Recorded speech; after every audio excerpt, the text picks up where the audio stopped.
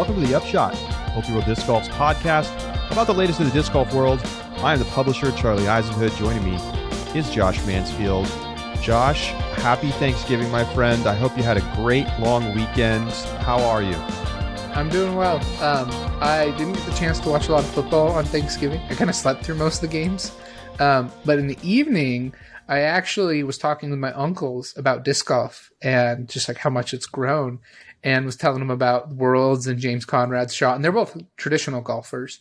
And they were like, we have to see this. So we watched the back nine of Worlds on Thanksgiving night. Wow. So yeah, it was good.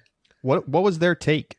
They thought it was incredible. They thought they were surprised at how much how serious it was and the payouts. When I told them, James won 16 grand from just payout, they were really impressed with that number. And they understood the gravity of the shot a little bit and kind of the playoff implication. And I said after he hit that, it went to a sudden death playoff, and they thought that was awesome. And I mean, when Paul McBeth's disc hit and skipped OB in the playoff, my uncle goes, "Oh my goodness, I can't believe he messed up that." So he was pretty engaged in it. It was fun. You mentioning this makes me remember being there and watching this happen. That was the craziest thing that I've experienced this entire year. And it's been a weird year with a lot of stuff going on. And we got now we got the Omicron coming around. But you know what? That was something else. That was really something else. Everybody should just stop right now, pause the podcast, go watch the clip real quick, and just being there and feeling the energy of the, couple thousand people who are there in the stands and the guys with the flags and the whole thing. What an unbelievable moment. We talked for 2 hours after that with listeners on Twitter. And everybody was just like, I woke up my entire family. I can't go to sleep. It's 3 a.m. What a crazy thing, man. Wow. What a moment. We're going to go back to that for years and years and years to come. Oh, without a doubt. I mean, I saw a comment on Facebook that someone said, everyone loves to hate on Paul McBeth until you start talking to your family about disc golf. And then you use his salary as your justification about how disc golf's a real thing. 100%. I was like, that is so true. And even the haters. Oh yeah, without a doubt. Because when you're like, oh yeah, he's got a $10 million. I did it Thanksgiving. It was like, yeah, this guy, Paul McBeth, 10-year, $10 million contract, without a doubt. And so this is the shot then when people are like, disc golf, what's so cool about that? You're like, okay, all right, hold on. Let me pull this up real quick. Let me just show you this clip. Yeah. Yeah, it's like the thing, it's like until there's some iconic movie made about disc golf, which may be far in the future. Obviously Paige Pierce has the documentary coming out. I hope it's awesome. But it's the kind of thing that, you want to have somebody who's got huge budgets, millions of dollar budget to make this movie or whatever. That will be the thing that you want to show people to help them understand what it's all about. Any even casual sports fan can appreciate that moment. Yes. So I give thanks for that as being a part of the year. I don't scream when stuff happens.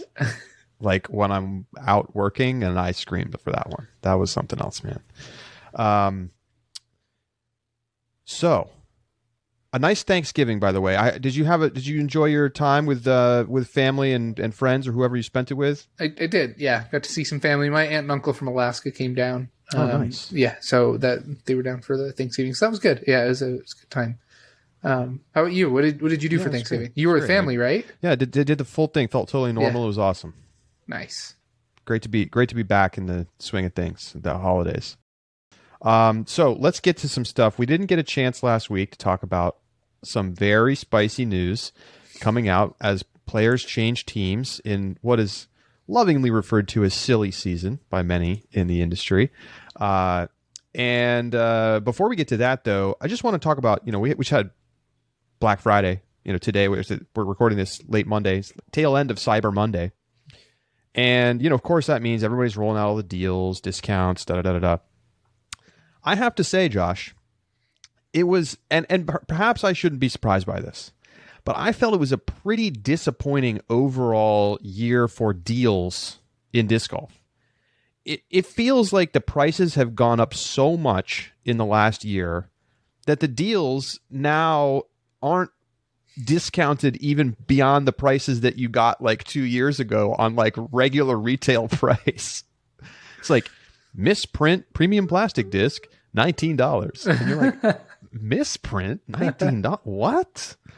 So I don't know. I just thought that was an interesting thing. I'm sure people still got a chance to buy some stuff, but I didn't feel like there was that like, wow, blowout deal opportunity sitting out there waiting for you.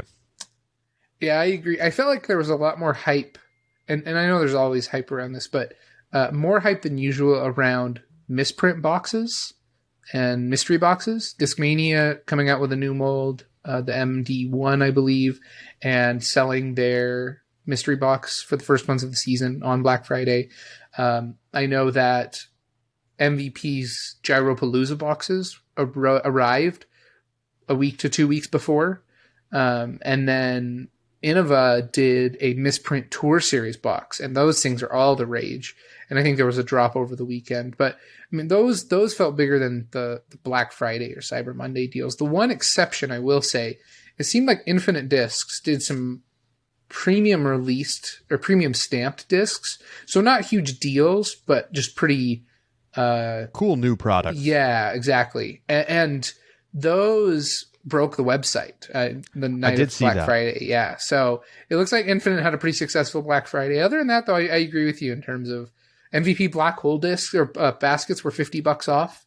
That's a solid deal. Always the time to buy the baskets. Yes, I think the time is, you're going to get the best deals of the year on a basket. If you want like a nice metal basket, that's the time to do it. Yeah. So anyway, we're going to get into this sponsor switch news. So let's dig in and let's start right at the top with the big ticket item that happened right before or right after we recorded our shows last week. And that was Matt Orum leaving Prodigy, heading to Westside Discs on a 2-year deal. And this actually got leaked, quote unquote leaked, I guess. Leaked? Yeah. In the thank you appreciation post on Instagram that Prodigy put out saying, thank you so much, Matty-O, #Roll Tide. We wish you all the best with your new endeavors with Westside Discs. Before, of course, Orum or Westside had announced it. They've since deleted that post, interestingly enough. Let's talk about the Orum thing in one sec. What do you make of Prodigy putting this in? Was this an unintentional oversight? Was this a snipe on the way out the door? How do you look at that? I have to think it's an unintentional oversight. I mean, Matty-O is end of his contract. The writing felt like it was on the wall that Matty-O was going to go somewhere else. That, granted, I think you said that you thought he might stay at Prodigy. I said he could stay there. But I felt like Matty-O was the most logical choice to move of anybody else in this season. I agree with that. I mean, high profile, not quite making the big bucks because he's on a really deep MPO team. It was on the wall that he was going to be getting something good somewhere else. I don't see this as being an intentional dig at either Westside or Matty-O. But man, it was a faux pas. Like, what a bad mistake. People were pissed. Oh yeah.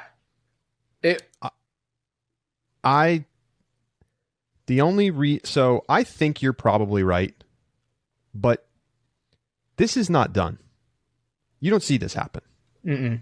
The appreciation post, thank you. Oh, everybody pretending like everybody's super friendly and happy about it when everyone's actually really mad.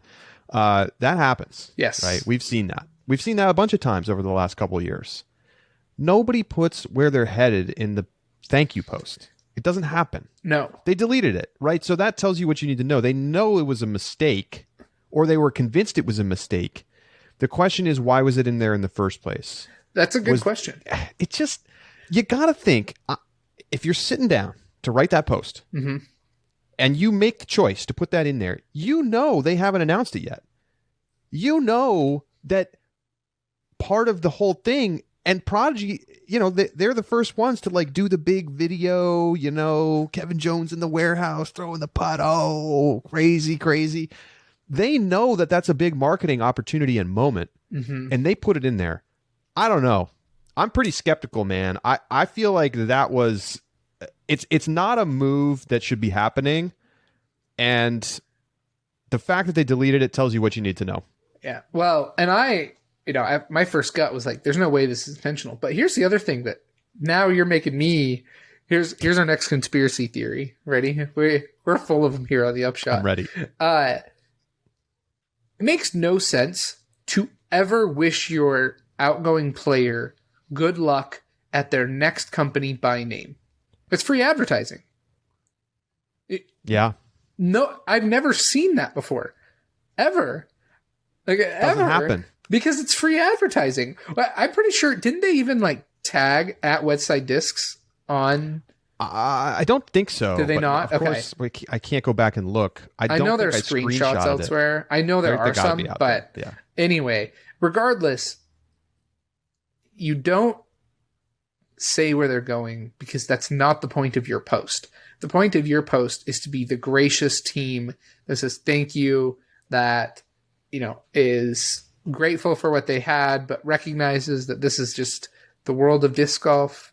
But you never are like my favorite player in the NFL is Von Miller. Recently traded to the Los Angeles Rams. Broke my heart. Denver Broncos didn't say like, go Chargers, like good luck. Hope you break the sack record. Like, they're like, thank you for what you did for Denver.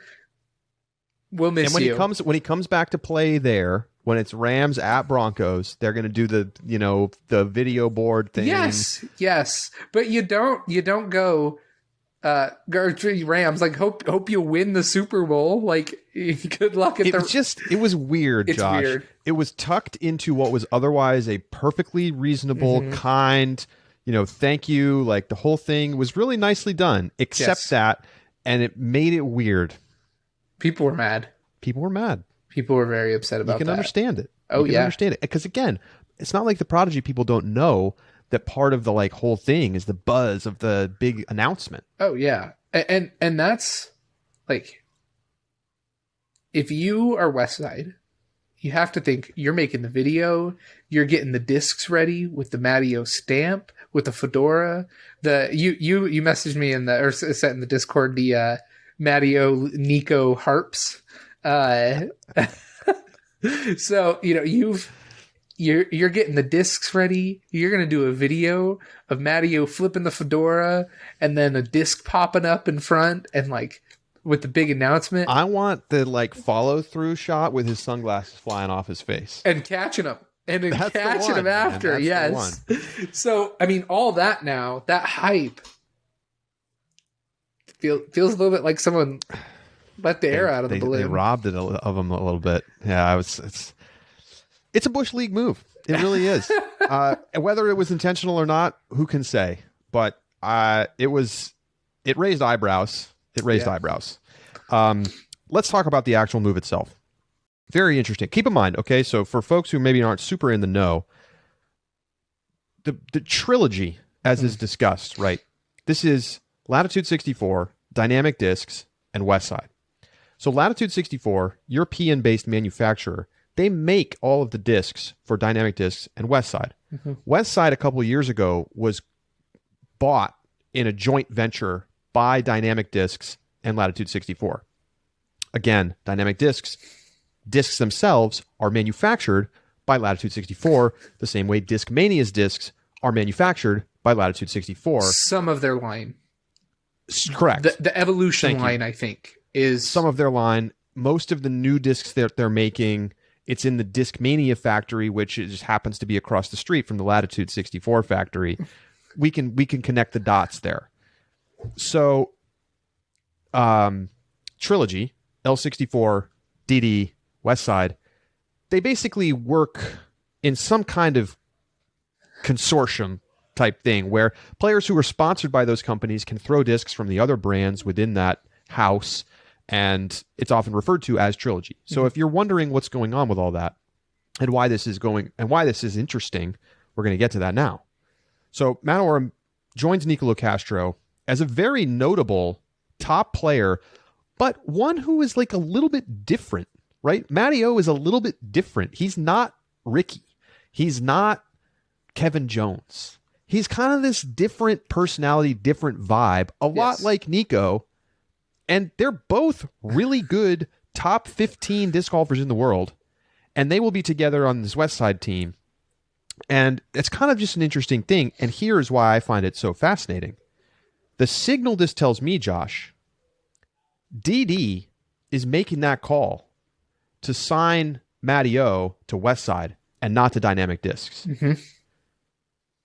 Now, we know they just did the deal with Gavin Rathbun at DD. Gavin Rathbun's a nice player. He could be better than Matty O someday. It's plausible. I mean, the trajectory we've seen him on. But Matt Orum would immediately be the best player on Dynamic Discs had they put him on DD, which is, I think, pretty clearly the bigger brand. I mean, I don't know their sales numbers, but it's got to be. Oh, yeah. It can't even be close. Because DD has the marketing arm outside of pros. The online tutorials, the tournaments, in a massive scale. Massive. They podcasts. run DDO. Massive They're scale. hosting worlds. So it's just a different beast. Yes. You would think that their top player, there's no way they're going to ship their top player to Westside. That is exactly what I'm getting to. Yes. There's no way that they're not signing somebody else bigger than Matty O for DD. That it just doesn't make any other sense, right? There's no way it's possible that they're not signing somebody better than Matty O for DD. Yeah. So who could it be? Because we thought Matty O was the guy, right? That's who we said. Yes. That was the target off-season person. Now, you might say it could be Kevin Jones, right? We don't know. Where's Kevin Jones' situation? Well, they're releasing brand new Kevin Jones discs. All the rumors are that Kevin Jones is re-signed with Prodigy, and that would make sense, right? If Prodigy was going to make a decision about where to push the chips, they push him at Kevin Jones and not at Matt Orum. Right. I think you got to understand that. Kevin Jones, incredibly marketable, has shown higher highs, has been more consistently on tour, the whole thing. Yeah. So the question is, who are they going to go get? Because they got to be getting somebody. This is what this tells me. Do you think it is? And I think here's what this also tells me. Because I had speculated before, maybe Missy is their big splash. Right? Sure. Pulling someone from Discraft. Player just comes off winning 2 majors. I did the air quotes, don't worry. 2 majors. Missy would be a huge splash for DD. But if you sign Missy, there's no reason not to sign Matty O as well with DD, right? Which means it's got to be an MPO player. I would think so. So let's look at the list. Okay. All right. Here are the players rated at or above Matt Orum. Chris Dickerson, Calvin Heimberg, Paul Macbeth, Eagle McMahon, Ricky Wysocki. That's the list. You could put, Adam Hammis maybe in this category because he's in the 1040s. Okay. He's also won Elite Series events. I don't know that Matt Orum's ever won an Elite Series event. Okay. And isn't Adam Hammis up? Up in what sense? His contract's up. I think he is. We were talking about this. That could be somebody, but and I guess the question is, would you see Adam Hammis as a bigger star than Matt Orum? If Matty O, because our speculation was that Matty O signs with a big sponsor, gets the big paycheck, and then goes on tour full time. If Matty O says, I'm still doing my half tour or 3/4 tour thing, I'm not going to be... He's planning to be on tour. He is. Yeah. And we're trying to get him on the show as soon as possible. He's traveling right now, so we hope to have him on and ask these exact questions. But, so look at the list, right? So Dickerson, pretty sure he's on long-term with Prodigy right now. Heimberg is under contract with Innova for another year. Macbeth is Discraft forever. until he's not, just like with Innova. No, but I mean, Macbeth, he's not going anywhere. No. McMahon just re-signed last season with Discmania after being courted by DD. Yep. And Ricky's under contract with Innova For through like 2 more 2023. years. Yeah. Mm-hmm. So either somebody's breaking a contract, or it's Hamas, or I don't know what else. There isn't anything else. Who else could it be? Is there a European that would be Klein? I mean, I don't think it's Kevin Jones, but maybe. Other than that, you start to get down, and it's Nate Sexton. No, Nate Sexton's not leaving Innova. He owns a money printing machine in California that makes Firebirds. So I don't know, man. It's a very interesting situation because that's the most interesting thing about this to me. Yeah. Matt Orum was going to get a new deal somewhere, whether it was at Prodigy or with, in this case, Westside, and he was going to make a lot more money because he's a 1040 plus rated player. There are not very many of those. There are 7. Okay, so he was going to get paid. But Westside is a very sort of surprising destination. But it makes them a very intriguing, little brand to me. I don't know. I mean, they're going to do some drops and sell a bunch of discs, I think. that has to be the big thing. Because, I mean, it'd be really easy to say, oh, he's going to Westside. That's not, why not one of the big names in the sport? But if Nico and Matty start winning, I guess Westside becomes a big name in the sport. And because they sell lots of discs and, and this is something I had someone mention to me. I mentioned the big 5 or big 5 companies right now, and I listed MVP, and someone was like, "It's funny to hear you say MVP because pre James Conrad Worlds, no one says MVP." Nope. And I'm like, "You're totally right." And so right now, no one says Westside. Matty-O wins Worlds and Nico wins USDGC. You probably start hearing about Westside. And so much of it is marketing.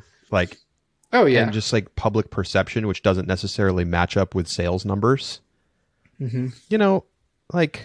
Paul Macbeth leaves Innova. And clearly Paul Macbeth has had a very positive sales impact on Discraft. I don't think anybody can deny that. And it's probably took a little chunk out of Innova, but Innova's still the biggest company in the sport. Mm-hmm. And they probably will be for some time, even if their market share is shrinking. It's just, and when Discraft was down bad after everybody left for Prodigy back in the early 2010s, everyone was like, oh, Discraft is dead. And they did more sales the year after they lost everybody than they had the year when they had everybody. And who knows? Maybe the sport's changing. Maybe it's going to be more driven by who's the star player. But I still think at the end of the day, companies are probably better off focusing on getting the big box store contracts and focusing on their e-commerce through Amazon and stuff than they are signing the hot named player. Because you're going to sell 5,000 discs on a drop and it's going to be awesome. But that's still just 5,000 discs. And when your Dick's Sporting Goods comes calling and they want 50,000 discs, you're selling those at really rock bottom wholesale prices, but still that's a lot of volume. So, well, and the other thing I think you mentioned that's really important is that this is not a zero-sum game in the sense that in order for Westside to gain people who purchase discs, Innova has to lose. Right? Because in this case, Prodigy. Or in this case, Prodigy. Because, one, the sport is growing, right? It's going to continue to grow, which means, yes, Prodigy may get a smaller market share in terms of relative percentage of how much they capture, but their gross sales aren't going to go down. It's clearly rising tide lifts all boats right now. Yes. And so that's one thing. And number 2 is loyal disc golf fans. People who threw Innova because of Macbeth didn't stop throwing Innova because he went over to Discraft. They probably just picked up a few new molds that they stuck in their bag. They probably still throw the T-Bird 3, but now throw a Hades as well. There probably are people out there who literally switch their whole bag, but I think that you're generally right. I think generally this is the Yes. case. And so I think that's the case with Prodigy. Like someone who throws, I don't even know what Mattio's signature disc is. And that's a problem, right? That's why he left Prodigy, right? Yeah. Yeah. So There were too many big disc. dogs at Prodigy. There were. So good for Mattio. Yeah. I'm excited for him. I will buy a Mattio Tour Series disc as long as it is fun and reflects Mattio's personality in some way. If it is just shows a guy throwing a disc, sorry Westside, you missed out on an opportunity. I don't want it. Yeah, you gotta lean into the personality. If you got two guys like that, you got to. Oh, you got to. I would buy a disc that leans into that personality. What if they end up on the same card and then are sniping at each other? Mattio's calling time on Nico. I'm just imagining the outfits. Yeah. Imagine the outfits of those two together on a lead card. Mattio in the fedora with the glasses and Nico in the cheetah print joggers. Question for you. We've talked about this before on the Upshot a couple years ago when they first did the match, which is the one-on-one skins or match play golf tournament with huge money on the line and big television event. So they did Tiger and Phil many years ago, and then just this past weekend they did. Yes, I followed. You followed this. Okay, so did you watch? I didn't watch, but I was kind of keeping up with social media updates and talk about it and the clout around it. So this year's match was Brooks Koepka versus Bryson DeChambeau. Brooks Koepka wiped the floor with Bryson, and they've had a little bit of a snipey thing going on. There was the little bit. I don't know if I'd say a little bit. There was the clip of Brooks rolling his eyes after Bryson said something while he was in the middle of an interview. My question is, who do you want to see in the match of disc golf? By the way, DGN should definitely do this. I agree. I want to see Nico. Really? Interesting. And I think Nico and Drew. Interesting.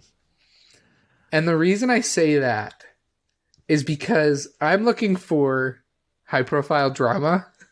I'm going to level with you. I want that personality clash. And Nico has, with his time and 30-second rule, and Drew is someone who I feel like has called out. What was his name? It's slipping my head.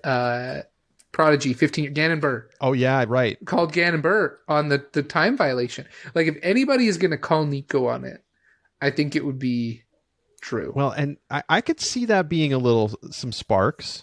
They both have good trash talky type vibes that I think are kind of required for this format.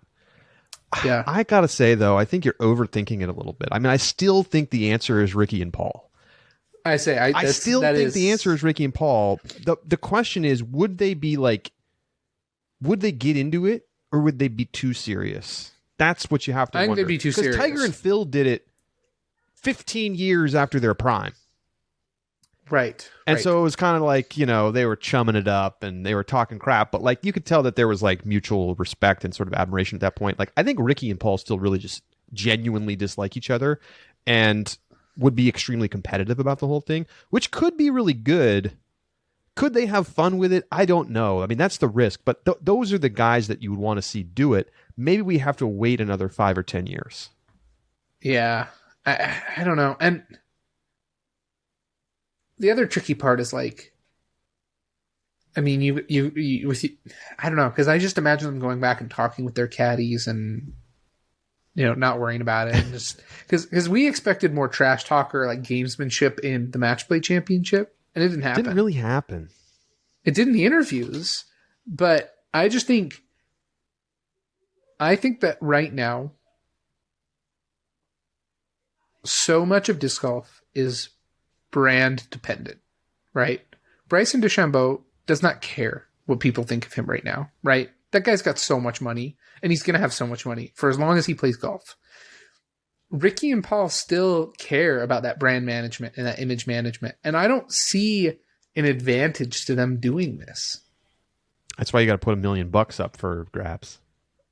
Right. But then at that point, they just take it as serious as a regular tournament. Right. So like that's the problem, is like, you can't make them care enough about it without creating the kind of financial situation that ruins what you want. Right. But I think that a Drew Nico would be, who are a little bit more volatile at times, would be, you'd get something out of. All right. I want people should email in upshot@ultiworld.com. Who would you want to see in a disc golf the match? We're going to take a quick break. When we come back, more hot stove, a bunch of other player movement. Stay with us.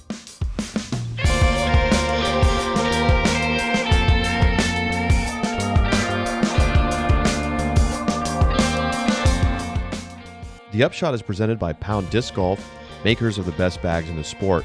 Pound guarantees all of their packs against defects in materials and workmanship for the lifetime of every pack. That's right, lifetime warranty.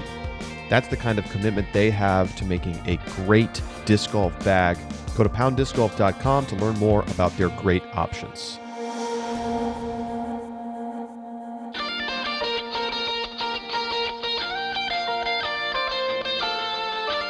Welcome back to the Upshot.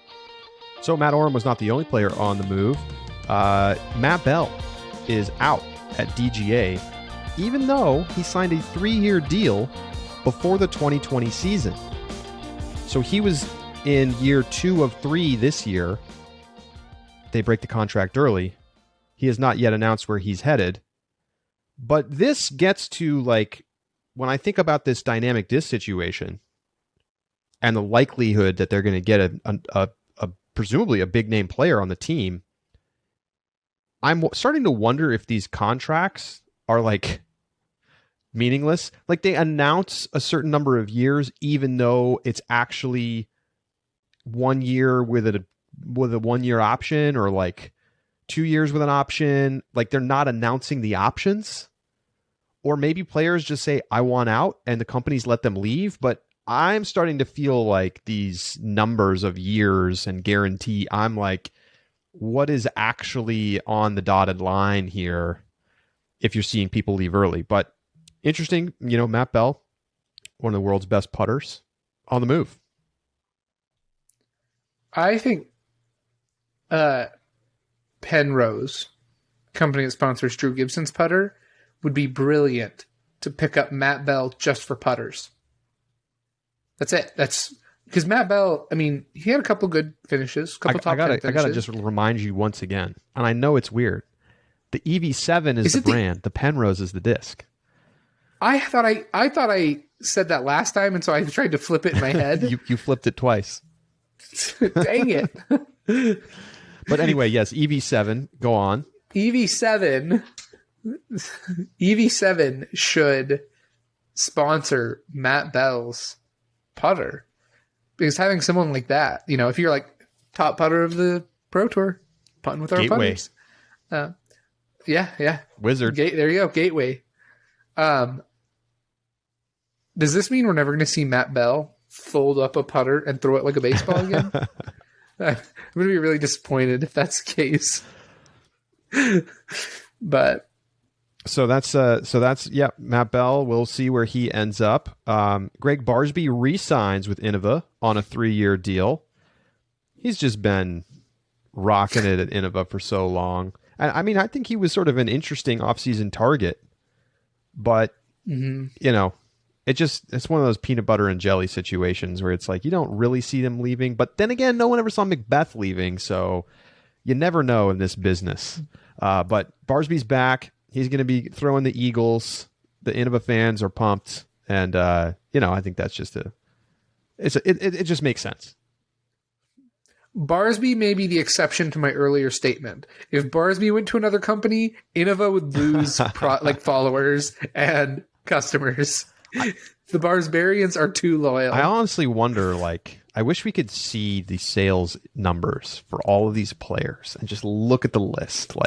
Who's actually moving plastic? I think we could guess the top guys, but the middle tier guys like Barsby, I don't know. Great guy, though. Yeah. And then Cole Radalin, the young kid, he is not returning to Discraft, so he's out there testing the market. And I think it's smart for these young players to like try to get themselves a decent deal while the market is as hot as it is right now. And he's still not a household name, but he's certainly showed some flashes and could be one of those next big things. It's certainly worth a company taking a flyer and throwing some money his way. Well, I think like you mentioned, not only is this perfect timing because the market is hot, but it's also got a lot of big names under contract. And so even though there are some people who are moving under contract, it's not like you have the same kind of public, like, I don't know, like last season with how crazy everything was. And so names like Coles or Gavin Rathbun have the ability to try and reach potential sponsors because they just aren't quite as occupied with trying to grab every big player that's no longer on contract. So it seems like a perfect season for people like that, like Casey White, for example, if he's looking to upgrade. Those are people who I see as being really good targets and as players, really good options right now to try and go elsewhere if they're interested. Interesting times. It's already been a much more interesting offseason than I anticipated, given the number of people who are under long-term deals. Now I'm thinking, okay, well, these long-term contracts that we expected to mean that things would be calm, it's not calm. The players are trading themselves. So we'll see what happens with the rest of this. We hope you'll join us for our subscriber bonus segment. It will be out on Wednesday, as always. And we're going to be talking about giving some advice to beginner disc golfers. It's not so long ago that Josh and I were beginner disc golfers. And I think that, while I'm never going to be a 1,000-rated, professional level player, I think I have some very sensible, pragmatic tips for beginners, and I know Josh does as well, so we'll be talking about that. We hope you join us there. It's less than $4 a month to subscribe at discgolf.ultiworld.com/subscribe.